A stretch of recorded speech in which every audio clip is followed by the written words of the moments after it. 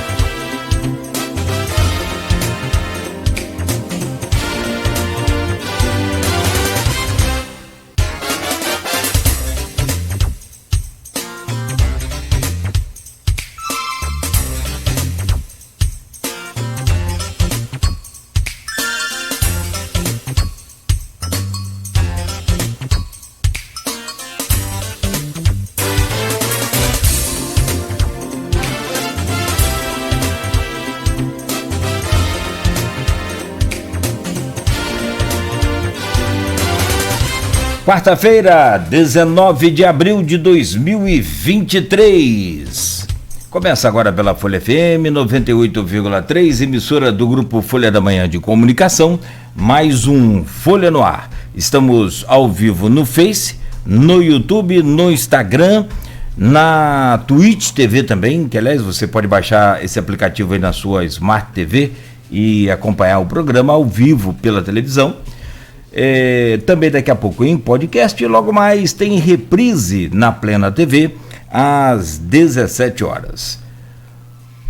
Olha, o Instituto Nacional de Meteorologia, que divulgou ontem um alerta de chuva forte aqui para a região, mantém esse alerta até 10 horas da manhã, deve ser renovado ou substituído, mas a chuva forte, né, não veio ontem, mantém aí a previsão de calor para hoje e com possibilidade de chuva hoje sim, chegando aí a probabilidade de até 50% no decorrer do período, principalmente no período da tarde. A máxima é de 33, a mínima é de 23 graus, agora faz 26 graus aqui no centro de Campos, hoje dia 19 de abril de 2023. Quarta-feira vamos conversar com o Igor Franco. Ele é nosso convidado de hoje, especialista em finanças e professor da Uniflu. Na bancada com Aloysio Abreu Barbosa, vamos falar com o Igor sobre juros do Banco Central, o arcabouço fiscal que foi entregue ontem à Câmara Federal, ao Congresso, a reforma tributária também já está no Congresso e ainda hoje no programa a repercussão da visita de Lula à China, as polêmicas do dólar e da guerra da Ucrânia. E ainda, por fim, a economia de Campos, né, a economia do governo Vladimir e uma projeção do Igor às urnas de 2024. Já, Igor, vamos trazer o seu bom dia e começar esse bate-papo aqui nesta manhã de quarta-feira. Hoje, com o oferecimento de Proteus, serviços de saúde e medicina ocupacional, qualidade certificada ISO 9001-2015, Unimed Campos, cuidar de você, esse é o plano. Laboratório Plínio Bacelar e vacina Plínio Bacelar. Aliás, agora, já com a vacinação aí em dia, a vacina nova contra o H1N1, o H3N2 e também contra 2 cepas do vírus B. Então atualize aí seu cartão de vacinação com vacina Plínio Bacelar. Hoje é quarta-feira, dia do jornal Folha da Manhã nas bancas. E você confere aqui na manchete principal: campista integra grupo que tenta sair do Sudão em guerra. Tem várias pessoas, inclusive um campista, o ex-preparador físico do Americano e do Goitacás, Rodolfo Maia. É um dos brasileiros que atuam lá no Almeric. E esse preparador físico hoje, também como outros brasileiros, tem dificuldades para sair lá do Sudão, que está em guerra. Descarte irregular de lixo causa transtornos, é capa do jornal Folha da Manhã de hoje. Falta de educação, sujeira, ruas e terrenos entre os bairros Flamboyant e Jockey Club estão tomados de lixo e entulho. Na capa da Folha ainda, que já está aí nas casas dos assinantes e também nas bancas aqui da região, tem destaque: ameaças a escolas, mobilização de segurança e mudança em atividades. Campos entre cidades com mais casos de tuberculose, são 470 casos hoje na cidade. Avenida 15 de Novembro recebe folia fora de época, é o mini carnaval, como está sendo chamado aí. Devoção a Nossa Senhora da Penha, milhares de fiéis se reuniram em Atafona durante os 9 dias de festa que teve na procissão terrestre, nesta segunda-feira, dia 17, um dos seus pontos altos. E ainda na Folha, cenário favorável, Lindbergh projeta PT na região e dá nota 9 a Lula. Ex-prefeito Rafael Diniz é nomeado na Alerj, subdiretor de informática. E ainda as besteiras de Lula pelo mundo afora, destaque aqui no ponto final, as declarações polêmicas do presidente Lula. Bom, essas são algumas, né, das manchetes do portal Folha, do jornal Folha da Manhã. Lá no portal também tem muita novidade. Mini carnaval fora de época, daqui na 15 de novembro, destaque do Folha 2. Meu caro Igor Franco, que prazer recebê-lo aqui nesta manhã de quarta para a gente falar desse cenário econômico, tanto nacional, mundial e, claro, aqui como diz o Capi, e que o Aloysio sempre, do nosso canavial também, trazendo aqui. Aliás, canavial que tem expectativa para esse ano de crescimento com a chegada da usina Paraíso. Bom dia, um prazer renovado recebê-lo aqui nesta manhã. Bom dia, Cláudio, bom dia, Aloysio, um bom dia especial aos ouvintes. Se a gente quiser marcar, lógico que a gente vai cansar muitos ouvintes, mas se a gente quiser marcar um bate-papo sobre economia semanal, não vai faltar assunto aqui no Brasil. Esse tema tem gerado muitas manchetes, muitos debates, já há muito tempo, né, mas especialmente desde o final das eleições, e não falta assunto. A gente vai poder conversar bastante hoje. Hoje é um dia muito bom para falar de números, estatística, projeções, essas coisas todas aí. Meu caro Luiz Abreu Barbosa, bom dia. Bem-vindo a essa bancada sempre. Bom dia, Cláudio Mangueira, bom dia, Beto. Beto, vai trazendo água aí, bota a caixa d'água aqui que o negócio está bravo. Mas enfim, bom dia, Igor, obrigado pela presença. Bom dia, sobretudo você, ouvinte, pelo streaming, telespectador do Folha no Ar. Nosso bom dia especial até as categorias que nos acompanham nesses inícios de jornada, de segunda a sexta. Os taxistas, motorista aplicativo e professores que representados hoje por Igor, que é professor universitário do Uniflu. Igor, estavam escrevendo sobre... Tentando resumir. É difícil, porque eu tiro por esse termômetro, é difícil você, na opinião de jornal anterior, dedicar a coluna de opinião inteira à geopolítica. É uma coisa assim, conto nos dedos da mão quantas vezes fiz isso. Mas realmente... Vendo o noticiário, isso dominou de uma maneira muito forte, né? Até porque teve respostas, né, da Casa Branca, da União Europeia, enfim. E o mundo que a gente vive hoje é muito interligado, né? As coisas são muito instantâneas.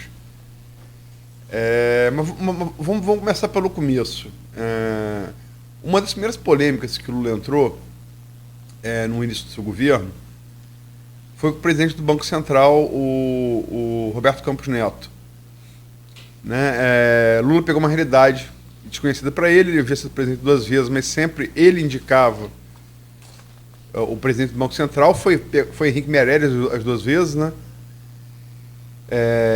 Banqueiro, à época deputado federal pelo PSDB de Goiás, ele descobriu, lançou, foi bem, é o primeiro brasileiro diretor de uma instituição, de um banco americano importante, né?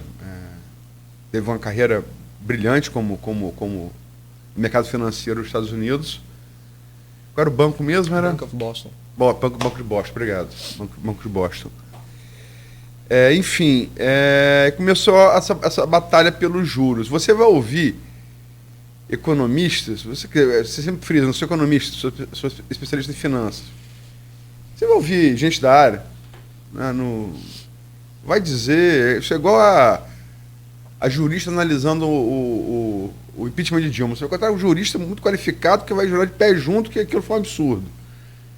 Vai encontrar um jurista muito qualificado que vai jurar de pé junto que aquilo ali foi justificado. Enfim, a mesma coisa vai se dar na área econômica. A Adriana Lara Rezende tem uma definição boa, né? A economia não é a ciência exata, é a ciência humana. O que você acha dessa batalha de juros, que realmente os juros praticados no Brasil são os juros mais altos que são praticados hoje no mundo, né? Ao mesmo tempo, Lula tentou baixar no grito, não deu certo, gerou um certo desgaste, uma insegurança no mercado. Como é que você vê essa questão? Bom dia. Bom dia. De fato é uma realidade diferente para o Lula. Encontrar um órgão com a relevância do Banco Central hoje blindado de interferências políticas diretamente, e pessoalmente acho que é muito positivo. A gente precisa lembrar que o Banco Central ele é o grande guardião da moeda, e a moeda é um fator de interesse social, coletivo, e não deveria estar subjugada a humores políticos, né? Então a independência do Banco Central ela vai em linha com a independência de outros órgãos de Estado. Então nesse sentido é muito positiva essa independência e essa blindagem justamente de pressões políticas, que é o que a gente vê, né? Lula, ele espertamente já trouxe o debate para a seara política, que é onde ele domina, né? O Roberto Campos Neto ele tem evitado entrar nessa seara política, né? Ele tem se esquivado, feito alguns gestos mais apaziguadores, depois ele vai dar algumas respostas duras, um pouco mais técnicas, mas ele tem evitado entrar nesse debate político, porque é justamente isso. Assim, Lula ele elegeu o Roberto Campos Neto preventivamente como um inimigo da pátria, caso as coisas desandem, e existe uma chance relevante desse ano de 2023 e o ano de 2024 serem anos piores do ponto de vista econômico do que foi o ano de 2022, que surpreendeu muito positivamente. No início do ano passado, a gente tinha uma expectativa mais baixa de desempenho econômico, alguns fatores exógenos que a gente fala, né? Alguns fatores externos contribuíram para um desempenho melhor, alguns fatores internos também, mas a verdade é que 23 e 24 podem ser anos piores sob o ponto de vista de desempenho econômico. Lula, espertamente, ele já elegeu Roberto Campos Neto como grande algoz de um possível insucesso, pelo menos nesses 2 primeiros anos, né? Esse debate dos juros é um debate técnico. Assim, a economia, principalmente quando a gente vai para o ramo da economia política, ela tem de fato um componente muito forte de como a gente consegue conciliar soluções teoricamente técnicas da economia com aquilo que é possível na realidade política. E aí você tem um campo muito amplo de possibilidades, tá? E do ponto de vista técnico, existem assim, motivos muito bons para que você mantenha a taxa de juros. O debate é legítimo, existem também bons economistas defendendo uma redução de juros, mas o que a gente não pode perder de vista é que o Brasil é estruturalmente um país de juros elevados. E se a gente pensa nos últimos 20 anos, esse juro acima da inflação, ele em poucos momentos abaixou de 6%. Hoje está em 8% alguma coisa. Então a gente não está tão fora assim da nossa própria realidade, né? A gente é um país que, infelizmente, por vários motivos, tem um juro que a gente chama de juro real estruturalmente alto. Você falou em eleger inimigo. Você acha que o Lula, ao insistir bater muito na questão do Roberto Campos Neto e dos juros. Pelo fato de Roberto Campos Neto ter sido indicado, aprovado pelo Senado, por óbvio, mas indicado por Bolsonaro. Você acha que pode ser fabricar um bode expiatório previamente no caso de sucesso? Acho que sim, acho que tem muito dessa narrativa. Acho que existe uma certa indisposição pessoal do presidente Lula com o presidente do BC, né? Teve o episódio do Roberto Campos Neto votando com a camisa da seleção, o episódio dele ainda estar num grupo ministros do Bolsonaro, já com o governo iniciado. Claro que isso contribui, né? Não é uma postura também republicana do presidente do Banco Central esses dois episódios. Então acho que contribui um pouco para essa indisposição pessoal também, além da questão política. Mas quando a gente olha, por exemplo, os dados, logo após a eleição, a gente via que os agentes de mercado eles já colocavam nos preços futuros uma redução da taxa de juros. Essa postura do presidente, aliada a outras posturas de membros do governo, ela reverteu essas expectativas, né? Então, além de tudo, foi contraproducente a postura do presidente Lula, porque a partir do momento que ele iniciou esse embate político, ele trouxe um risco político maior, essas expectativas de juros, elas se reverteram. Então, se a gente, no jargão do mercado, né, a gente fala se a gente precificava, ou seja, se a gente previa uma queda de juros já nesse primeiro semestre, em algum momento do início do ano isso ficou sob cheque. Em algum momento do início do ano começou-se a pensar que não haveria corte de juros nesse ano de 2023 e a partir de alguns eventos do mês passado voltou-se a precificar, ou seja, a prever, os agentes de mercado passaram a prever cortes de juros a partir do segundo semestre. Então, novamente, assim, foi um embate político e ainda por cima contraproducente do ponto de vista econômico. Já estava no preço, em alguns preços da economia, esses juros começarem a cair esse ano. E esse movimento havia sido revertido. A gente entrevistou aqui ontem o deputado federal Gilberto Farias, eu, Nogueira e o Rodrigo também. Beto também estava aqui. E ele falou claramente aqui, nesse programa, não foi ao vivo, acontecendo nosso aqui, mas foi por Skype. Ele falou literalmente, Nogueira, você deve se lembrar, de sabotagem. Que o juros seria uma sabotagem, usou essa expressão, do governo Bolsonaro no governo Lula. Você concorda ou discorda por quê? Absolutamente não. O Banco Central ele é um órgão de excelência que a gente tem no Brasil, tradicionalmente reconhecido internacionalmente. Recentemente, inclusive, ganhou um prêmio quanto à gestão das reservas internacionais, um prêmio que avalia os bancos centrais do mundo todo. E isso não é um fato episódico. O Banco Central brasileiro, em diferentes governos, ele foi e é reconhecido como Banco Central de Excelência. Então, primeiro, um desrespeito a toda a estrutura de carreira do Banco Central, são profissionais extremamente qualificados, talvez seja uma das áreas do governo, do setor público, com mais presença de profissionais qualificados, e existe todo o embasamento técnico, essas reuniões, inclusive, posteriormente a elas, né, e é necessário que haja um sigilo, porque isso mexe com preços e pode afetar decisões de mercado, então as reuniões elas precisam ser sigilosas no primeiro momento, mas a partir da decisão existe um comunicado e posteriormente na semana seguinte uma ata que é divulgada em que todo o debate que foi motivado ao longo dessa reunião de definição da taxa Selic, ele é publicado, né, a ata do Copom que a gente chama, e lá você tem aspectos técnicos. O Banco Central ele tem vários modelos de previsão econômica, e esses modelos eles são alimentados com dados. E os modelos entregam, né, esses dados para os diretores. É bom lembrar que é uma decisão colegiada, não é o presidente do Banco Central que decide, né, uma decisão colegiada entre os membros do Copom, Comitê de Política Monetária, que são 7 diretores do Banco Central. E existe novamente todo o embasamento técnico, a gente chama de modelos econométricos, e aí só a fim de curiosidade, o modelo principal do Banco Central ele tem o nome de Samba, né? Então esse modelo Samba, que é uma criação do Brasil, ele tem como função entregar para os membros do Banco Central uma série de dados que vão embasar a decisão de política monetária.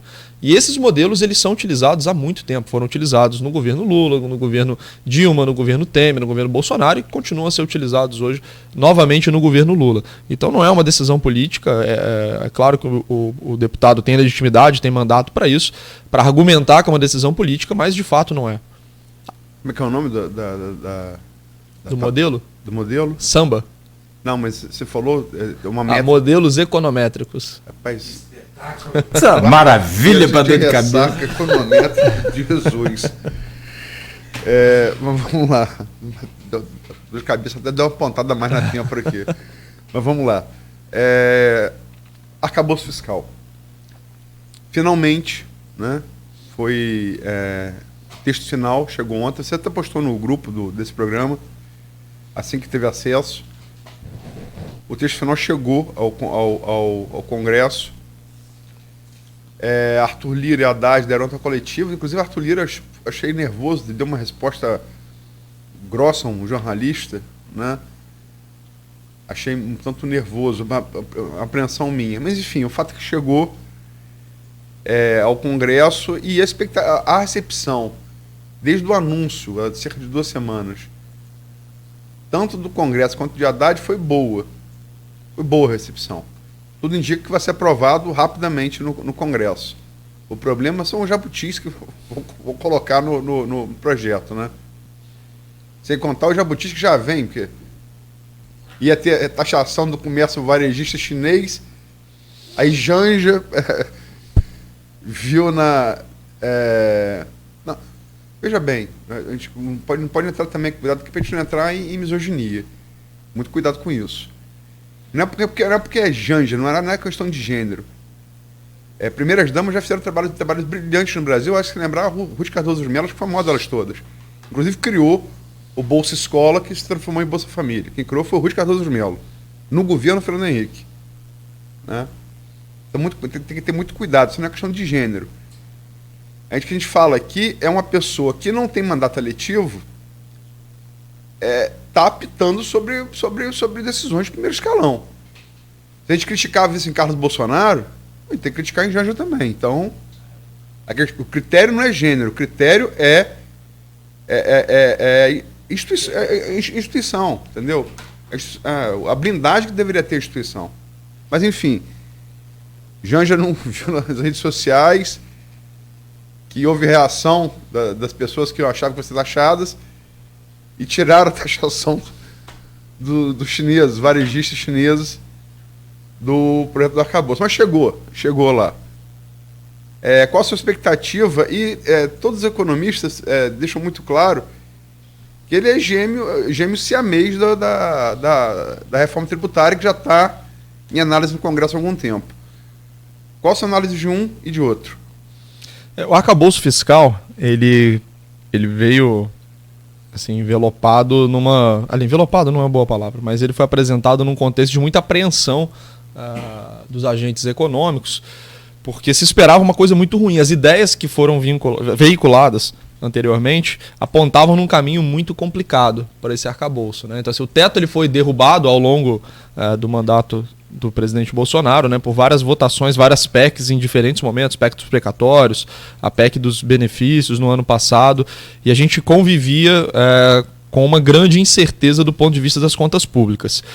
Mas o que se temia era que a nova proposta para disciplinar o dispêndio fiscal fosse muito ruim, e veio uma coisa que, assim, embora não resolva o nosso problema, o arcabouço ele tem algumas questões que são extremamente cruciais para o seu sucesso, principalmente o aumento da arrecadação, e isso, como a gente viu, é extremamente impopular, né? Se você tem dificuldade para taxar compras abaixo de $50 de uma massa que é desmobilizada, né? Hoje as redes sociais acabam mobilizando pessoas dispersas, mas imagina você rever benefícios tributários de classes poderosas que têm lobby forte dentro do Congresso, né? Mas existe a necessidade de aumento de arrecadação para que o arcabouço fiscal funcione. Então, quando ele foi apresentado, ele trouxe um impacto positivo porque as expectativas eram muito ruins.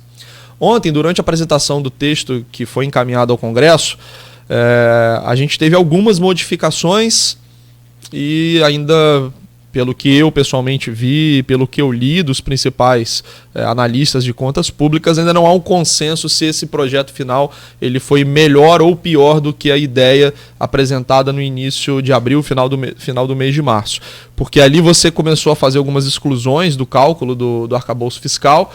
Do ponto de vista positivo, você excluiu as receitas extraordinárias. Então, se o Estado privatizar, o que é difícil no governo atual, ou se ele receber alguma receita extraordinária, isso não vai virar base de cálculo para o ano seguinte, mas em contrapartida houve várias exclusões da regra de despesas, né? Então a gente precisa exatamente, né, acompanhar como vai se dar essa votação, e é importante falar que o teto que a gente tinha, enquanto ele vigorou de maneira mais plena, ele foi uma boa regra, né? Sinal claro disso é que os políticos a todo momento queriam rever o teto. Então a primeira coisa que um político da área econômica não gosta é uma limitação de gastos, né? E quando a gente fala de regras fiscais, você tem regras que podem tratar de alguns aspectos: regra de resultado, regra de despesa, regra de receita, regra de dívida. E a regra de despesa, hoje, existe um certo consenso na literatura econômica de que essa regra ela é mais eficaz no sentido de ser melhor controlada, né? Então é a única variável que está sob controle do governo. O arcabouço fiscal não vai nesse sentido. Ele é uma espécie de regra de resultado, né? Algumas regras específicas de gastos, mas não é como o teto de gastos. Mas, fundamentalmente, a gente precisa ver esse debate do Congresso. Eu acredito que o Congresso ele não vai desfigurar tanto o arcabouço fiscal. A minha maior preocupação reside na parte da reforma tributária, que, como a Luísa pontuou, ela é crucial para um bom casamento com o arcabouço fiscal. Como eu falei, a necessidade do aumento de receitas do Estado, ela varia, dependendo do economista que faz o estudo, entre 100 bilhões e 200 bilhões de reais. É muito dinheiro para ser arrecadado, e a reforma tributária ela vai ser essencial nesse esforço de arrecadação do governo.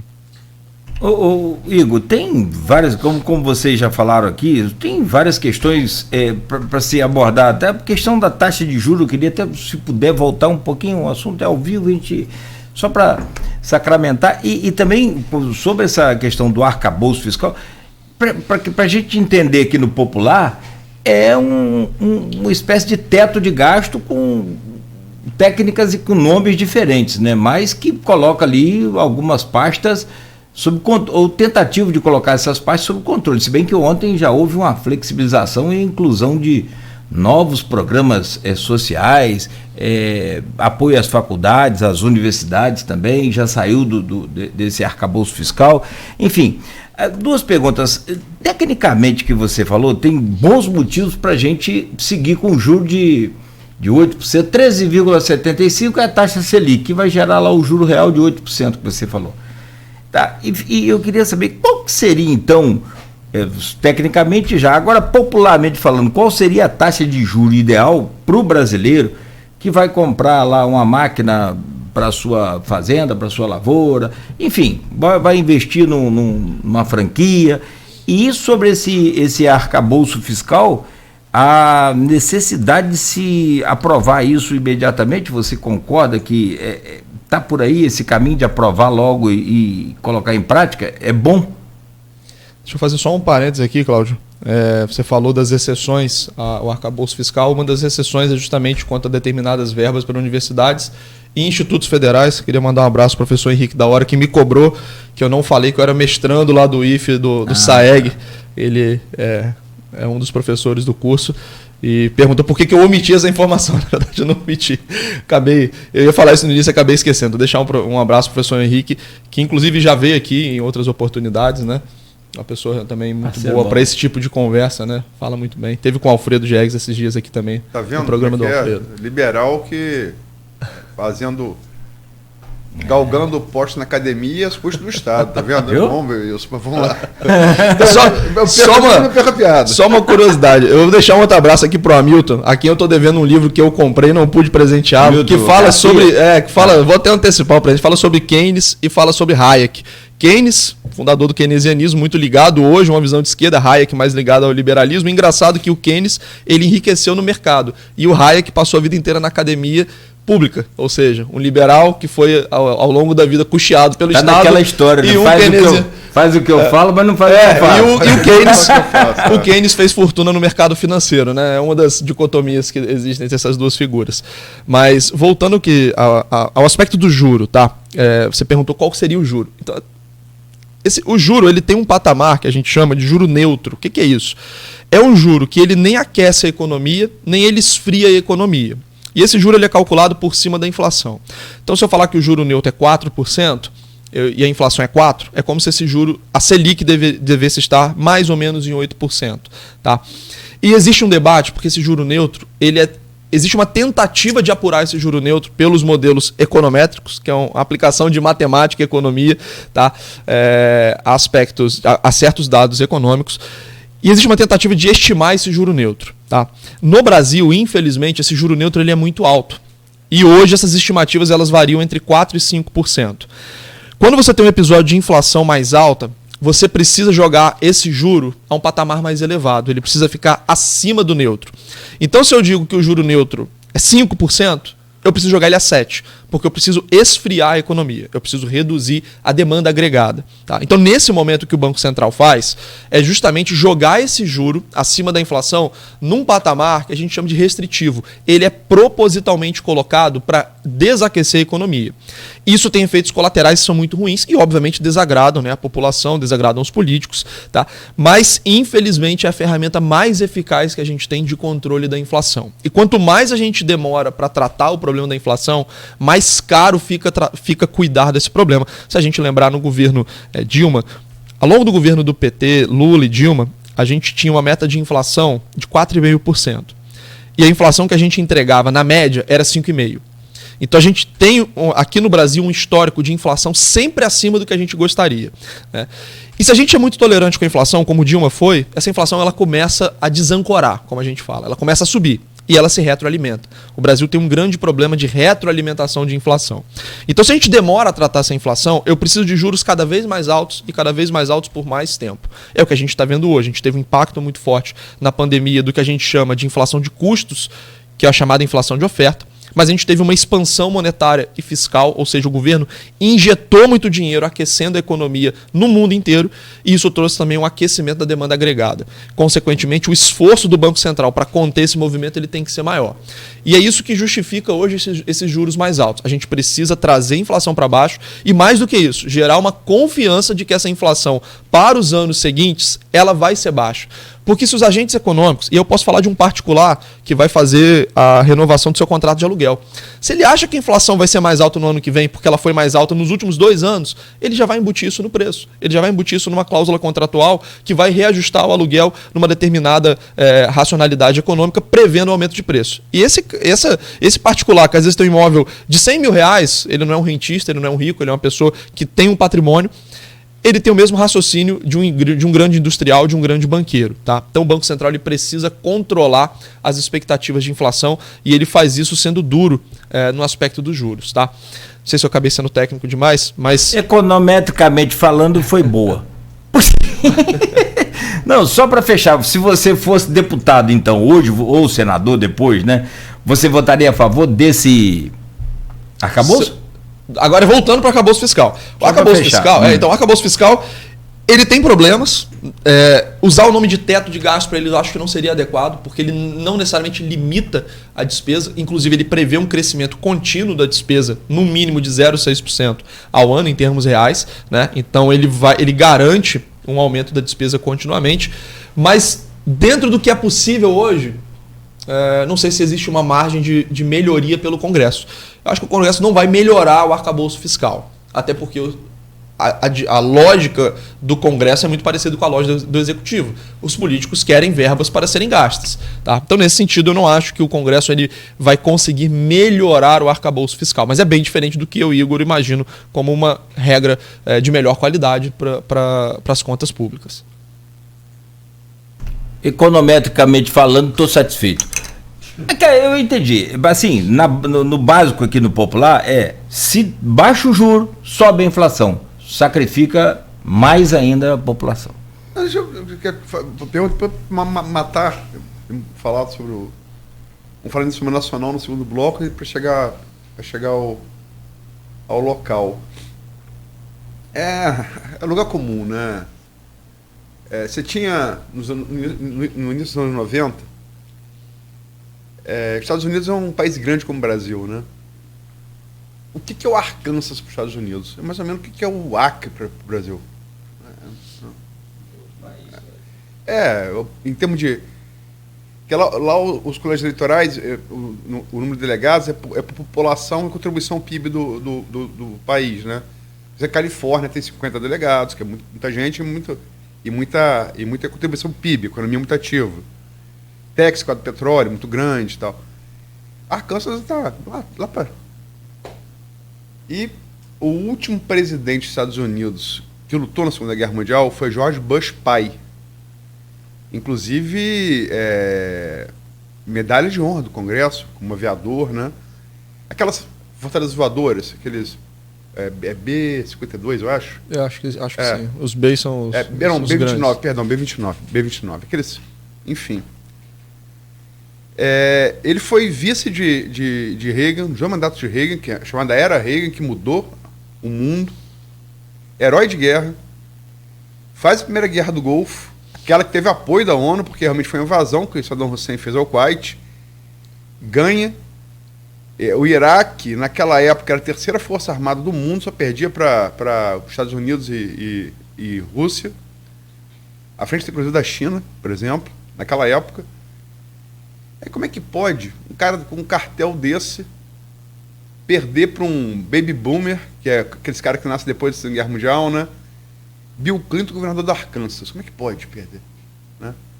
Aí o estrategista dele falou a frase, né? O Jim Carville, todo nesse contexto para explicar como é que isso aconteceu politicamente. É deseconomia estúpida, é economia estúpida. Estava mal a economia dos Estados Unidos, a despeito de todas as virtudes que o Bush pai tinha, perdeu a eleição. E, na verdade, os Estados Unidos retomou um período de prosperidade com Clinton, por isso que foi reeleito presidente. Inegavelmente, o sucesso de Lula nos 2 primeiros governos veio da economia. E o sucesso de Dilma também veio da economia. Preâmbulo imenso para a pergunta curta e grossa. Você acha que o arcabouço com a reforma tributária são suficientes para que Lula repita o seu sucesso? Acho que não. Acho que ele vai precisar contar com outros fatores, até porque, novamente, ele precisa aumentar muito a arrecadação para que nesse arcabouço a gente consiga uma estabilização do crescimento da dívida.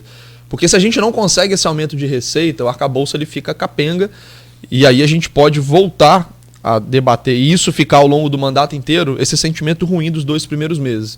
Inflação mais alta, expectativa de juros mais altos, e isso traz um pessimismo muito grande para a economia. Então ele vai depender de um aumento de arrecadação, e talvez esse aumento da arrecadação ele não seja na magnitude necessária. 200 bi é muita coisa, e isso não acontecendo, a gente precisaria de um impulso de crescimento econômico do Brasil muito grande. Hoje a gente não tem o boom de commodities, que foi o que ajudou muito na década de 2000 o país, né? A China crescendo muito fortemente ajudou muito o Brasil. A gente não vai ter esse grande empurrão para nos ajudar.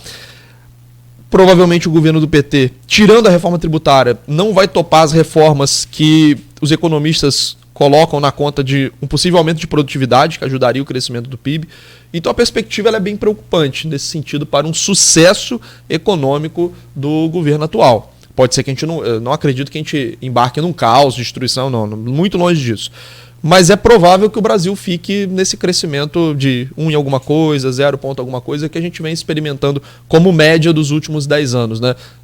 Existem alguns economistas que cunham a expressão a nova década perdida do Brasil. Então a gente teve a década perdida de 80 por causa da inflação, e a gente vai ter uma década perdida, aliás, já teve uma década perdida dos últimos 10 anos pelo crescimento econômico extremamente baixo, que nos empobrecem em termos per capita. Né? Então a renda per capita hoje ela é menor do que já foi em 2013, por exemplo. Tá? Então, assim, o sucesso econômico ele realmente não está como principal hipótese. Provavelmente um famoso reme-reme, né? A gente vai, melhor, pior. Aquele PIB de 7 pontos de 2010 que ele fez para eleger Dilma nunca mais, né? Muito difícil. Até porque foi uma recuperação da crise de 2009, né? Sim, que a gente ficou sem crescer, então você teve uma compensação, como foi o PIB de 2021, porque 2020 caiu. Então você tem esse efeito também de retomada das atividades. O que a gente precisaria como Brasil seria um crescimento da ordem aí de 3%, pelo menos, ao ano, para que a gente pudesse sair dessa armadilha de um país de renda média. Né? A gente precisa se tornar um país desenvolvido. E com o PIB crescendo 1, 0 alguma coisa, isso é impossível. Sobre essa questão da renda per capita, há quem diga hoje que não existe mais classe média no Brasil. Você tem pobre e tem rico. Classe média já foi... Isso é um fenômeno até debatido globalmente. Nos Estados Unidos, por exemplo, você teve uma grande concentração de riqueza a partir da crise de 2008. Né? A população rica ficou muito mais rica, a população pobre. Lá o pobre é diferente do pobre daqui, claramente, mas a população pobre lá aumentou a distância para a população quando a gente fala de percentil, né, ou decil da população, esse gap aumentou bastante. A desigualdade de renda aumentou muito pós-crise de 2008. Eu tenho umas coisas para falar sobre esses extratos de socioeconômico, inclusive com base em pesquisa, mas vamos deixar falar no próximo bloco. Sim, vamos lá. Porque realmente... Desculpa. Não, pois não. O cara você tem de 0 a 2 salários mínimos, renda mensal, né? E 2 a 5, que é classe média baixa. Pô, 2 a 5 é o pobre que se acha classe média, vamos combinar, né? Não é classe média. Não dá. Se botar padrão americano europeu, então, pelo amor de Deus. 2 a 5, veja bem, não é que o indivíduo ganha, não. Renda familiar. Todo mundo naquela casa ganha isso. 2 a 5 não é classe média. Não é mais. Não é. Nunca foi, né? Ainda mais com o poder Mas ele se acha classe média. Sim. É porque a gente teve nos primeiros anos de Lula também uma coisa que foi fantástica para aumentar a inserção no consumo. A inserção no consumo via crédito, principalmente. A população, muita gente não tinha acesso a crédito, né? Então você tinha uma bancarização pequena e, além de tudo, o crédito como proporção do PIB ainda é baixo. Se a gente olha para os Estados Unidos, lá o crédito é uma alavanca colossal. Então, por isso, quando a gente teve a crise do mês passado, né, a crise do setor bancário, isso traz um alerta vermelho para a economia americana, que é muito calcada nessa expansão do crédito às famílias. E aqui no Brasil, no início da década de 2000, era um mercado totalmente incipiente. Aí você teve o crédito consignado, né, que foi regulamentado no primeiro governo Lula, e trouxe assim, uma expansão gigantesca do crédito com uma taxa de juros baixa, porque ele tem também uma garantia maior para as instituições bancárias. E agora, então, assim, essa classe média, né, ela aumentou muito o consumo, principalmente de bens duráveis, via crédito. E esse movimento se exaure, né? Porque assim, você comprou uma geladeira, você não compra duas. Então esse ganho de bem-estar, ele se exauriu. E agora a gente precisa contar com o aumento da produtividade, né? Então você não tem caso nenhum no mundo de país que tenha ficado rico sem aumento de produtividade. E aqui no Brasil a gente tem um grande problema com o aumento de produtividade. Linha branca do eletrodoméstico, você comprava carro em 50 vezes, aí quando você ia vender, você descobriu que você não tinha um bem, você tinha uma dívida. Você, na verdade, alugou o carro.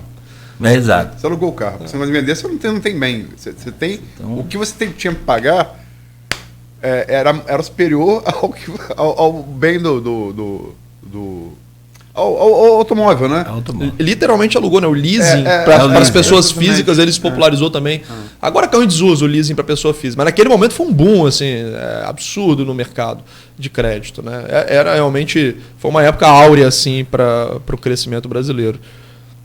Mas dá um bloco a parte. Dá um programa. Vamos lá. 7h47, então, fechado esse bloco.